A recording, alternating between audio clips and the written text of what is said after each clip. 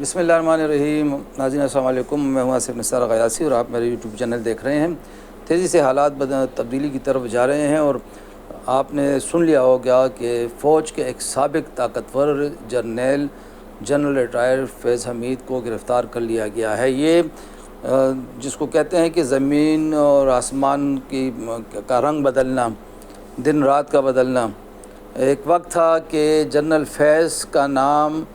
مستقبل کے army chief کے لیے تجویز ہو رہا تھا، انہیں مستقبل کا آرمی چیف بننا تھا، اس کی تیاریاں ہو رہی تھیں،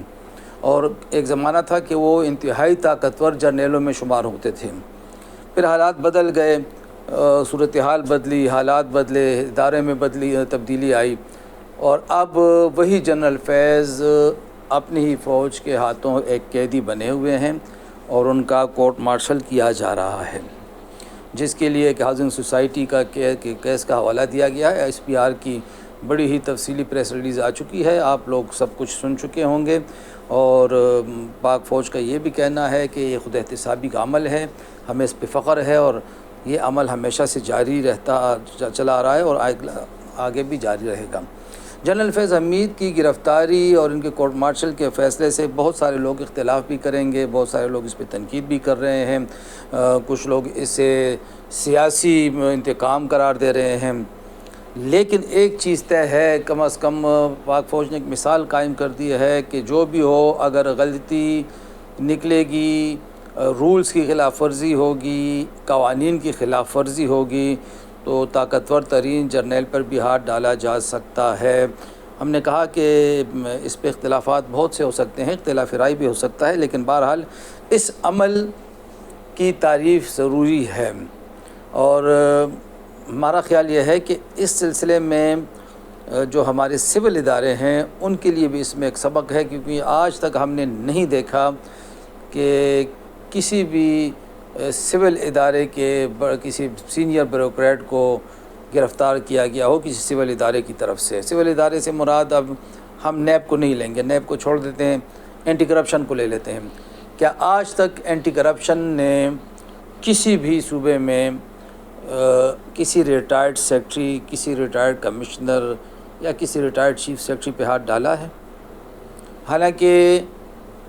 ہم جب بیوروکریٹس کے پاس آپ بیٹھے ہیں تو وہ بہت ذکر کریں گے کہ جی بڑی کرپشن ہوئی تھی فلاں دور میں، بڑی کرپشن ہوئی تھی، اور فلاں نے ایسا کیا تھا، فلاں نے ویسا کیا تھا، لیکن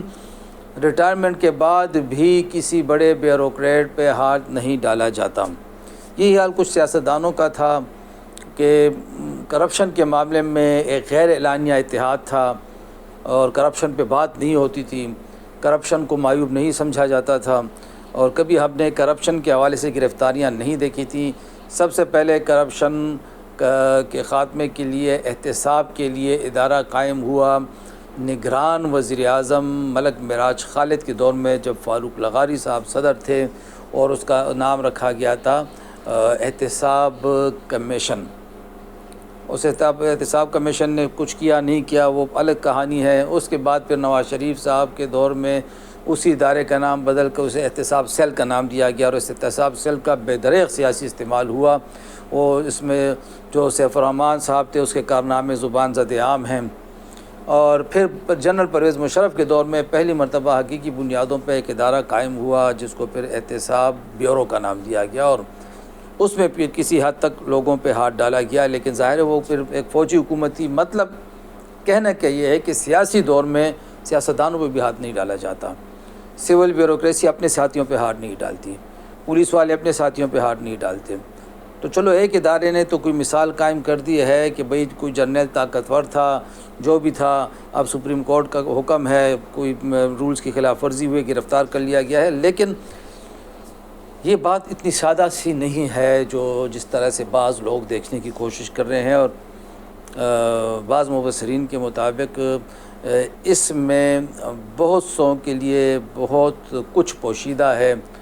کچھ لوگ اسے پاکستان تحریک انصاف کے لیے ایک اشارہ قرار دے رہے ہیں،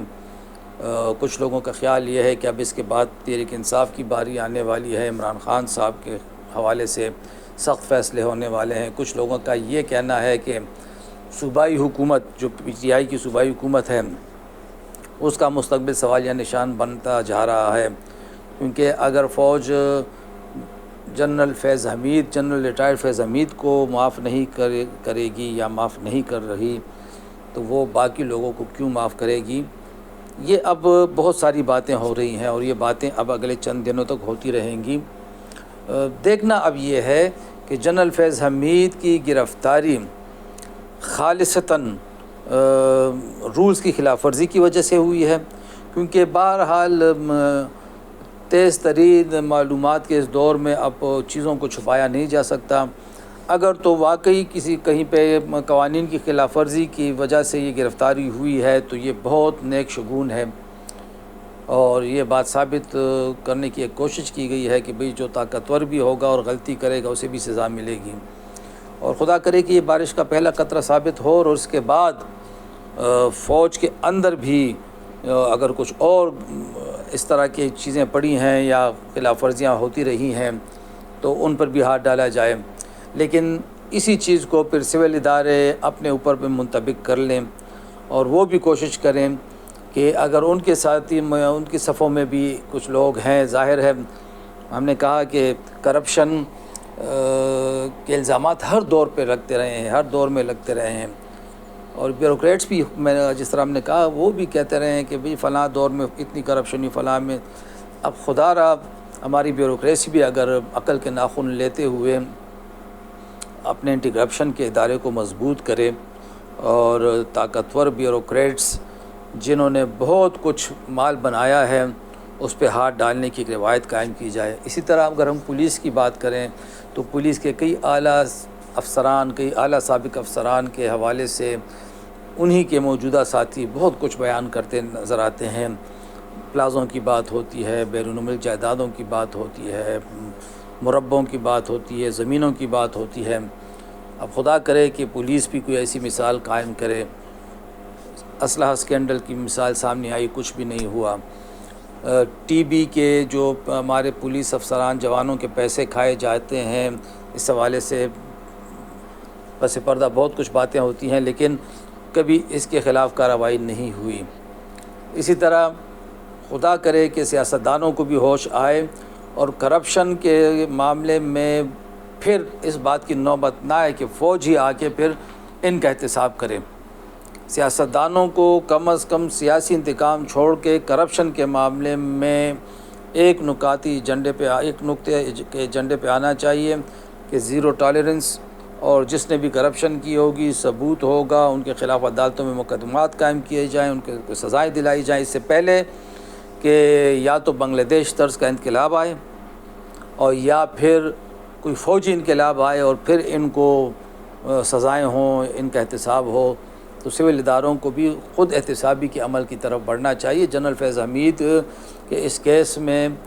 بہت سے لوگوں کے لیے جس طرح ہم نے کہا بہت کچھ پوشیدہ ہے۔ دیکھنے کی بات اب یہ ہے کہ یہ چیز سمجھی جاتی ہے،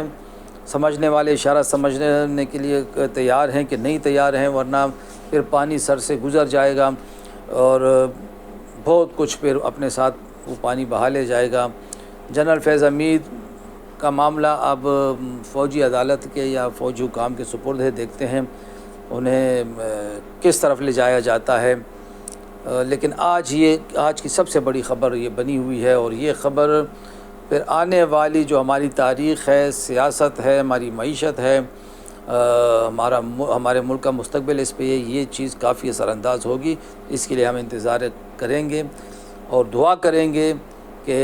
خلوص نیت سے قدم اٹھائے جائیں، خلوص نیت سے فیصلے کیے جائیں تاکہ ملک کو بہتری کی طرف لے جایا جا سکے۔ خدا حافظ۔